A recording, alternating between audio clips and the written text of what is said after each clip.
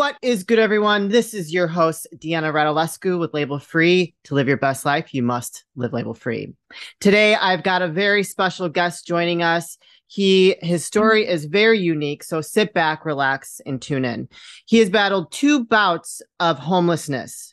He is a former PhD student and is now a published author of his very first poetry collection. Please welcome Damian White. Damian, welcome to the show. Thank you. I'm super excited to be here. I'm grateful to be able to share my story with your listeners and you. So thank you for having me. Oh, we are super pumped to learn a little bit more about you and hear how you pulled yourself out of a very serious situation for most. And I think a lot of people that end up in that situation have a very hard time coming out of being homeless. I know that you were a PhD student that ended up on the streets of San Francisco. So could you tell us the events that happened to get you to that point where you became homeless? Absolutely. So after I left my grad program, I decided that, I had looked into the future and I was thinking about what my life was going to look like. And I was around professors. So I always tell this story, like if you used to watch House, you Yeah. saw like how Dr. House would go into the room and he'd do his surgery and he'd go out and get his coffee and say something snarky. And you kind of see the glamour of it.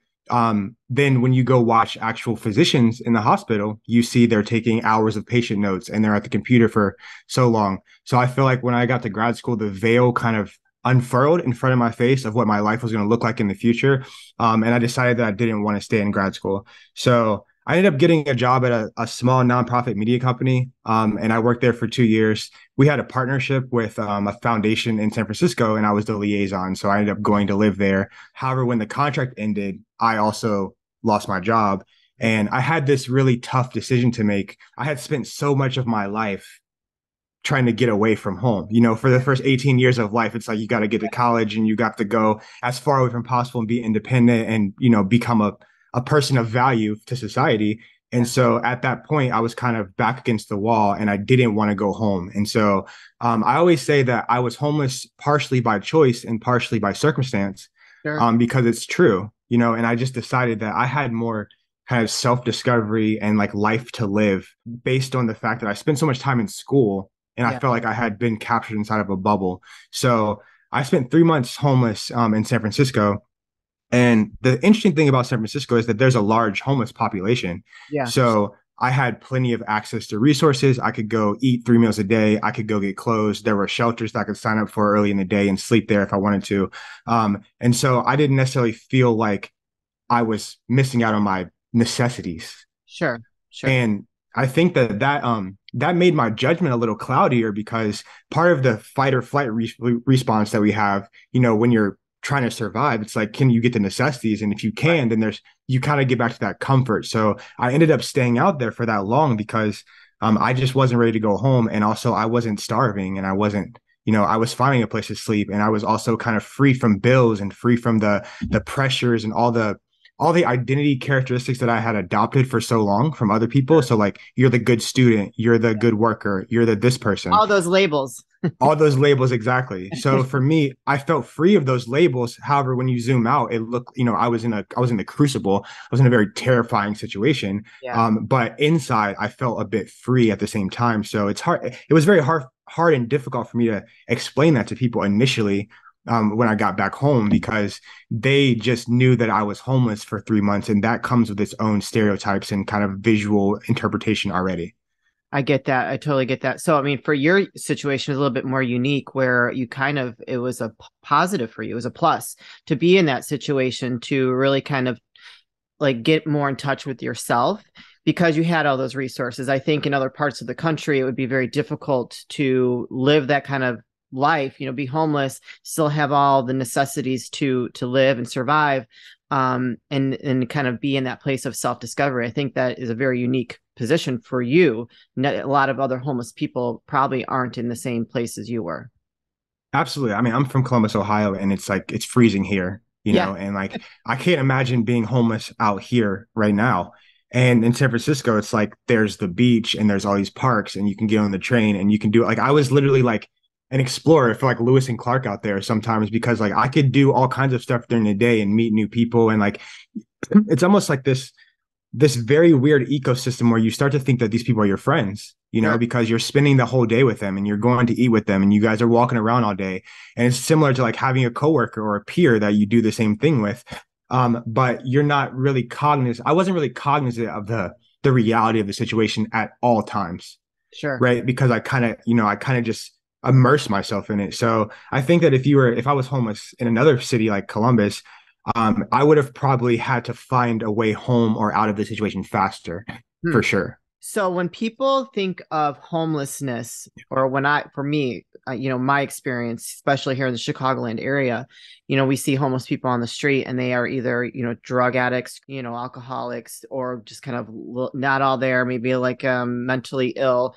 And I know my fiance is a police officer and he deals with them a lot.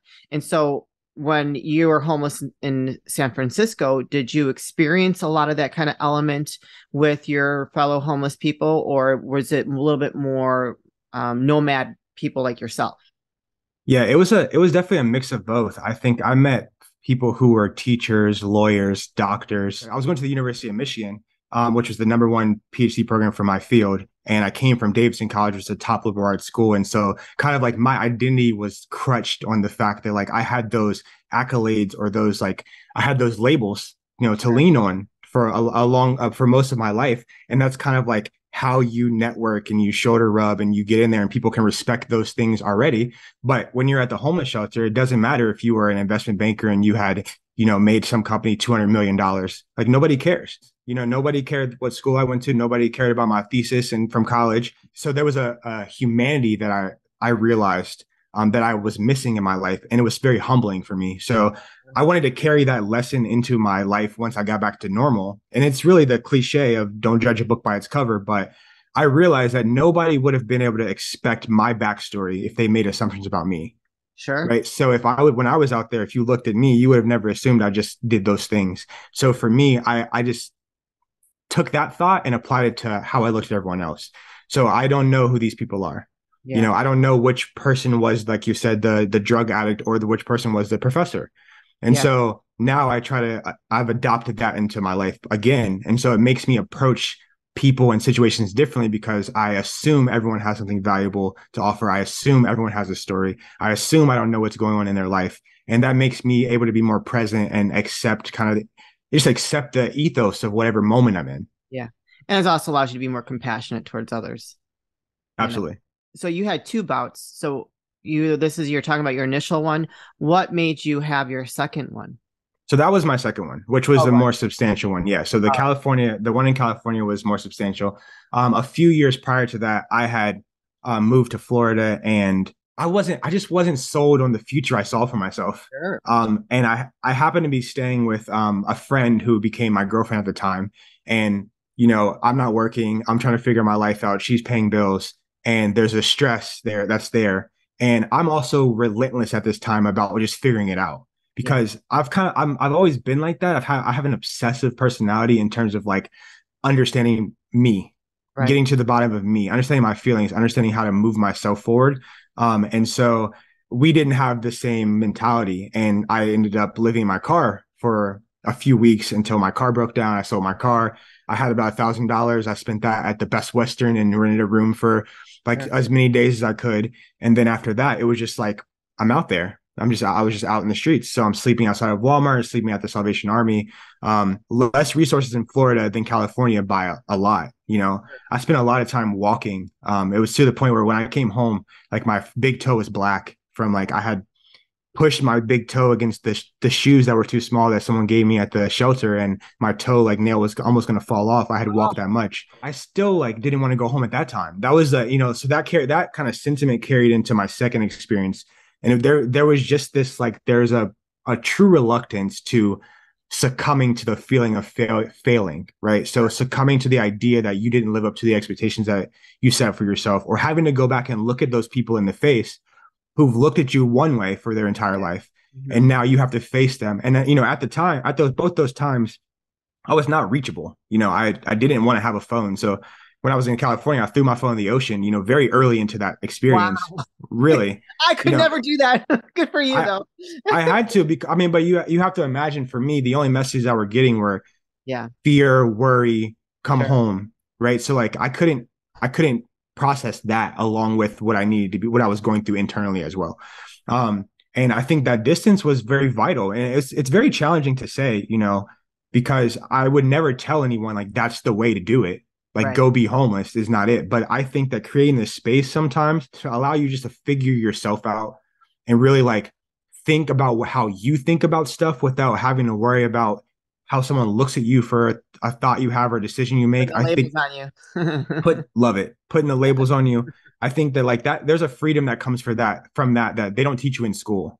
Yeah. No one tells you about what that freedom feels like. I think we get programmed from the moment that we step into school, to be a certain way. You need to live this way, get married, have 2.5 kids, have the house with the white picket fence, and that's what made me start the Label Free Show, is because I feel like we have labels put on us at such a young age that it really prevents people from stepping into their true purpose or finding what they're really passionate about. You had like an epiphany, so to speak, where you were just like on this journey to really find out who you really are, what you really want in life.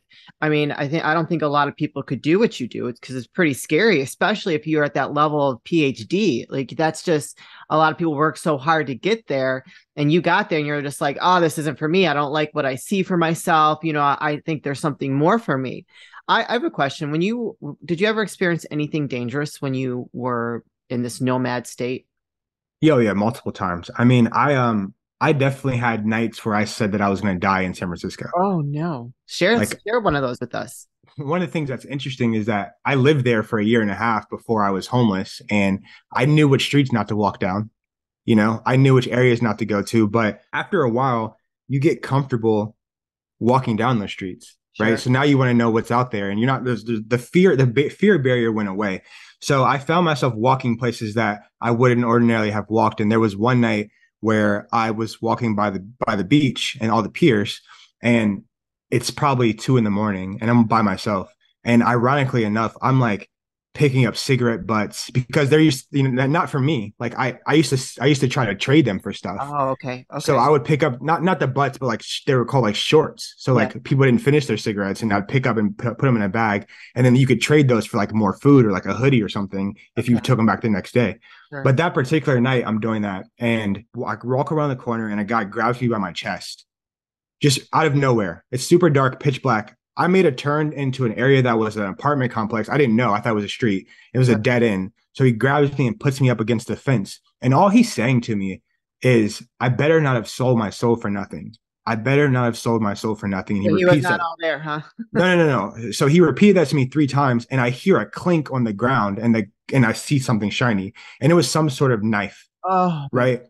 And so he drops it, and I backpedal away. So he drops it, and he's walking towards it. I backpedal away, and luckily he doesn't come back and try to attack me again. But I literally watched my life flash before my eyes that night, and I will never forget it. I have nightmares about it still. That's just one experience. I mean, I have other experiences where I was in tents where there's all kinds of substances and weapons, I can imagine. and those tents are little closed doors.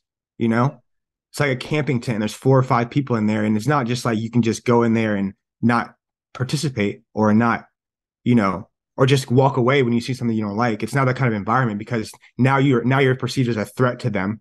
Yeah. You're perceived as someone who's gonna out them, or you're not down. And so I faced several of those situations where I was around dangerous things happening around me as well. Yeah. So did you ever participate in, using when you're in that situation? Yeah, so I did, actually, and I think that part of that had to do with the point in my life where I was numbing, Sure. and I was fearless in the sense of like I was no longer afraid of dying, and like it's just like there was a depression. I mean, my identity was really fractured from that experience. And so I think that like when you get around that kind of environment and you're seeing people do stuff that you've heard of and like never seen in real life, and then they're not dying and falling on the floor, they're acting normal, Yeah. they're like doing whatever they're doing, and you see like they're still like regular, right? And so like some of that fear that you had before about like, oh, I've always heard that if you do that, you lose your mind. Today's episode is brought to you by Honeylove. Ladies, let's talk about shapewear. We all know most shapewear makes you feel like you're being suffocated. That sexy dress in the back of your closet is so freaking cute, but the thought of having your insides squished by your shapewear is just not worth it. That's why Honeylove spent years researching and developing effective shapewear that's actually comfortable. Overly tight, cheap, and sticky fabrics that roll up are a thing of the past. Thanks to Honeylove, you can finally feel confident and comfortable in your favorite outfits. We have an exclusive deal for our listeners. For a limited time only, you can get Honeylove's best deal they offer. Get 20% off your entire order with the code LABEL320 at honeylove.com. That's right, ladies. Get 20% off of your entire order with LABEL320 at honeylove.com. When I was going through my human trafficking days, I did a lot of drugs myself, and I'm lucky to be here today, because I got very caught up in that lifestyle, and it was a form of numbing, like you said. And you look back and you're like, holy crap, that was pretty scary what I was doing, And so when I hear your story and I think about my own, I think that, there's a bigger plan for us. And that was just part of our journey to get to where we are today. So, you obviously went through some very dark moments and experienced a lot of very intense things that I think a lot of people, would never want to put themselves in that situation. What's interesting when you're talking about compassion, empathy, I heard you talking in another episode. I found out that there were these like resource centers where like you could go get clean needles and like clean all this stuff for people. Yeah. Like you could go get it and it was free, and there's no like, you don't get in trouble for getting it. No one's assuming like if you get caught with it, it's just the supplies. Right. And so I actually like would go get those supplies for people that I knew that were using. Oh, wow. Because I wanted to make sure that they had the clean stuff, And so for me, I felt like I did feel a bit of like redemption in the sense that like I could be saving someone's life by doing this. And like, it's weird because if you would have asked me 5, 6, 7 years before that, I couldn't imagine myself doing that because I would have felt like an enabler. In the moment, I didn't feel like an enabler. I felt like someone that was being beneficial. It was like I felt health conscious in a sense. Yeah, for sure. So how long were you from the two bouts of homelessness? How long were you homeless for? 5 months total. 5 months total. Oh, okay. So yeah. What was the moment that you said, okay, I can't do this anymore? It was actually the night after the fence incident. So the night after that, I went to the hospital as like a safe haven. That was like the place I would go. So I would go check myself in because they had this healthcare insurance in California that I could go and like even if I didn't have my ID or anything, I could still take Medi-Cal or something, and I was able to get treatment. And so like lots of times I thought I was gonna have a heart attack, obviously, but like that particular night I went there because I knew I could go check in and be like away from the situation. And it was at the hospital. I talked to a nurse and she told me about a program that San Francisco had where if you have someone that will receive you in a town, like in your hometown, and you can call them and they'll say, yes, if you send him here, I'll pick him up at the station, then they would buy you a Greyhound ticket. And so that's how I eventually came home. I got into that program where they bought me a Greyhound ticket, gave me $30. And they said, as long as your mom or whoever answers the phone, then we'll put you on the bus. And they did, obviously. I had said that I was going to die there if I stayed there. Yeah. And then I faced that moment. Mm-hmm. And then I came out of it on a side that I probably didn't expect. And so I think that whole kind of like mixture of experiences made me know that I had more to do in life. Yeah. And so I just kind of decided that I was going to have to go back home and I was going to have to set my pride aside and I was going to have to let my ego die. And I was going to have to go back and face those people I didn't want to face. And I was going to have those tough conversations and tell my story to people who are going to be judgmental and we're going to look at me different. And that was just going to be what was going to have to happen. So what happened then when you got home? I mean, I'm sure your mother was ecstatic to see you. I mean, what was that like? What was that adjustment period like? I would have best been described as like a new egg, my family treated me very fragilely, and I think that was very helpful. I've stayed with my mom for a while until I found a new job. And I was able to use her car and like live there and not be worried about rent and things like that. And she wasn't necessarily pushing me to hurry up and like do those things because she had also been at the brink of, a breakdown because her son was with no way of reaching me unless I email her. I used to email her from the mall computer. Oh, wow. Sometimes occasionally like asking her for this or telling her I'm okay, like once in a while. Yeah. But then, she couldn't respond and like she could respond, but I wasn't going to sit there and wait for it. So she might get a response in like 7 days. Wow. So when I got back home, I didn't talk about it. All of my friends I had lost. All the people in my life were gone, you know, because I had either pushed them away because during that time I was going through an emotional roller coaster, so I wasn't treating people the best all the time. Mhm. Um, or we just like lost communication and naturally the kind of friendships and relationships faded away. So I didn't have that many people really to go back and face, Yeah. so that made it even more stark when I realized that. It's like that fear, the ginormous weight of that fear of coming home was really me just facing about four or five people. Yeah. Wow. Do you have any advice or anything that you would like to say to anybody that might be in the situation that you're in, being homeless, or might be in the brink of being homeless, that might have been that kind of might be experiencing the same kind of headspace that you were in at that point? Yeah, I would say don't kick yourself while you're down. For me, it was very important to strengthen my mental health during that time. So, although my life was in chaos around me, I was focused on making sure that my mindset was okay. I never forgot all the other things about myself. So even though I was in the streets, I still had 20 something years of life and achievements and things to lean on, Yeah. and remember about myself that obviously have to outweigh that 3 or 5 months of time in my life. So I feel like most people, the tendency is to take those experiences and make them huge, Yeah. and then that's a regret that you're dragging along with you forever and you're never healing from it. So my advice would be to allow yourself to heal even if you're in the storm. Yeah. That's the most important. That's the part that you can control. You might not be able to control whether or not you get another job today or that interviewer calls you back, but you can control how you feel about yourself. You Yeah. can control how you think about yourself. You can control, even like in that situation, I wasn't walking around with some chip on my shoulder. Yeah. I still I can was, see that. I can see that. You're yeah, probably very humble. Yeah, I think a lot of the growth happens within when we are going through tough times. I want to I want to talk about your book a little bit yeah. before we have to start wrapping things up. So you have published a collection of poems. When did you start that book, and how did you get motivated or inspired to do that? Yeah. So I started that book about a year after I came home. Okay. And so I've always wanted to write a book. I've been writing poetry since I was four.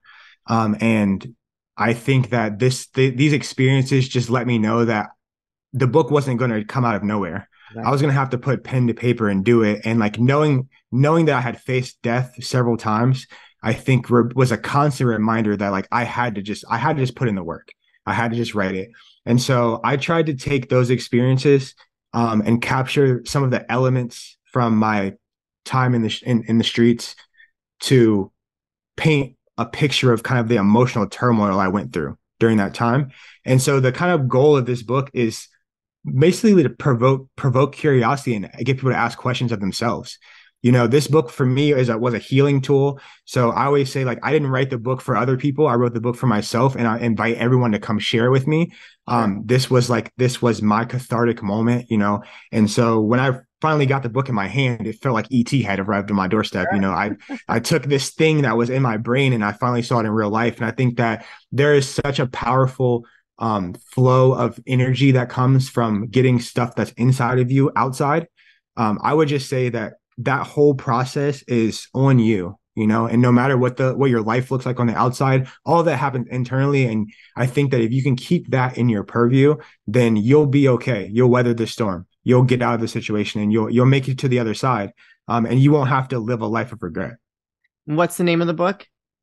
I made a place for you. Why did you name it that? Yeah, so funny enough, I found it difficult when I was ready to start talking about these experiences. Like I was going to brunch and dinner and stuff, and I'm like, I don't know if I can talk to people about like purgatory and what I thought about what happens when you die, over cocktails and mimosas. Like finger Yeah. foods and mimosas and purgatory aren't necessarily, they don't necessarily go in the same Yeah. sentence together, or crying on your pillow. Like it was one of those things where I didn't know what to do with it. Sure. I didn't know what to do with the feelings. So like the fact that I was able to transport those feelings into poems, and I have illustrations in the poetry book as well, which help kind of add a visual element to make it so that the reader can really feel like my experience was colorful. You Sure. know, the Very. nights were colorful, life was colorful. So I wanted to add pictures so that the reader can feel that. And so that's how we got the name. You know, I made a place for those experiences and those topics and those questions that I needed answers to, and I didn't have another space to kind of carve out to do that. Yeah. Amazing. Where can people find you, support you, and purchase your book? Sure. So my website is damianwhitewrites.com. And on Instagram and TikTok, I'm at Damian K. White. You can also buy the book at Amazon and Barnes and Noble and basically any other online retailer. If you happen to be in Ohio for any reason, they sell it at many local bookstores. Excellent. This is the part of the show where I like to ask for last words of wisdom or advice. Even though you've left a lot of advice within your story that you shared today, what would you like to leave with the audience before we say goodbye? I would like to say work as hard for yourself as you work for your job. Mm, You that's know, powerful. I like that. because I find that we'll give 40 hours to advancing someone else's company or goals, but we'll spend 0 hours making sure that we're advancing our own goals, right? So I think that if people can flip that switch to realize that the same amount of effort that goes into making that business run and able to pay you your paycheck, you have to kind of feed yourself that same level of effort, even on a part-time basis. So that you can become the success that you expect from your work. So that would be the advice that I have. Love it. Well, Damian, thank you so much for sharing your story. Thank you for being so brave to overcome all of those things that you went through to go through that journey of self-discovery. I think it's a beautiful thing, cathartic in a lot of different ways. So we wish you much success as a poet, as an author, and wherever you end up in life. So thank you very much for being open with us today. Absolutely. Thank you again for having me. You're welcome. You guys, this is your host, Deanna Radulescu, label free to live your best life, live label free. As always, don't forget to support us on social media. We love to hear from you and any feedback that you have for our guests or for the show. Thank you as always, and you have a wonderful day.